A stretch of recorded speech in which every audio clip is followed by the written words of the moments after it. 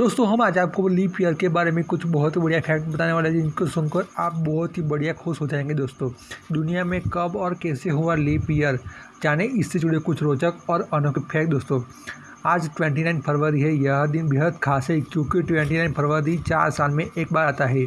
आज हम आपको बताएंगे कि आखिर लीप ईयर होता क्या है, इसका मतलब क्या है और इससे जुड़े कुछ मज़ेदार फैक्ट। अगर आप भी लीप ईयर के बारे में ज़्यादा कुछ नहीं जानते हैं तो आप बिल्कुल बने रहेंगे। दोस्तों ज़्यादा लोग जानते हैं कि लीप ईयर क्या होता है। हाँ, वही 29 फरवरी को जो हर साल में एक बार आता है, लेकिन इसके अलावा बहुत कम लोग जानते हैं कि इससे जुड़े कुछ फैक्ट की जानकारी, जैसे कि इसकी उत्पत्ति कैसे हुई, पहली बार कैसे निर्धारित हुआ कि 29 फरवरी को ही लीप ईयर मनाया जाएगा। आज हम आपके साथ इससे जुड़े कुछ बेहतरीन तथ्य और जानकारी शेयर करने रहे वाले। दोस्तों तो लीप ईयर के एक्सपर्ट बता दें कि दोस्तों क्यों मनाते हैं लीप ईयर।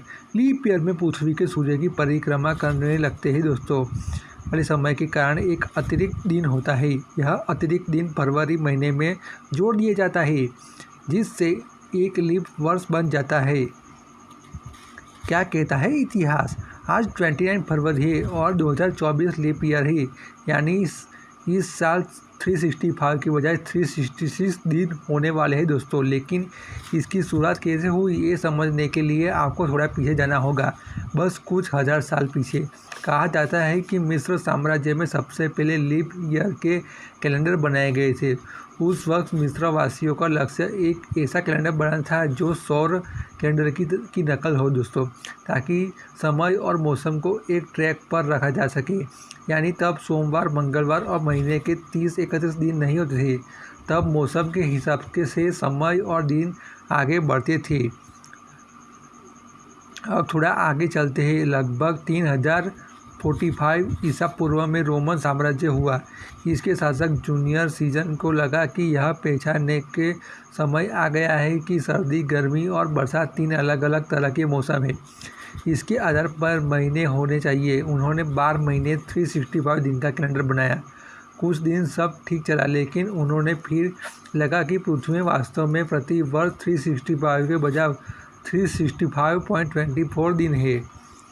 यानी सूर्य के चारों ओर पृथ्वी को परिक्रमा करने में लगभग 365.25 दिन लगते हैं। एक बार फिर कैलेंडर में उलट पुलट की गई। इस बार सीजन ने मानव निर्मित और सौर कैलेंडर को भी फॉलो करने वाला एक ऐसा कैलेंडर बनाया जिसमें हर 4 साल में एक वर्ष लीप ईयर आता था। इसी के साथ जूलियस सीजर आधुनिक लीप वर्ष में जनक बताए गए। दोस्तों समय के साथ साथ कैलेंडर में एक अतिरिक्त दिन भी गणना के लिए कारण अशुद्धियाँ होने लगी। इसके बाद पोप ग्रेगरी ने 1582 में ग्रेगोरियन कैलेंडर की शुरुआत की। इस कैलेंडर में लीप वर्ष के लिए एक नया नियम पेश किया, जिसमें 100 से विभाजित वर्षों को शामिल नहीं किया जा गया जब तक कि वे 400 से भी ज़्यादा विभाजित न हो, और इस तरह से हर 4 सालों में लीप ईयर निर्धारित हुआ।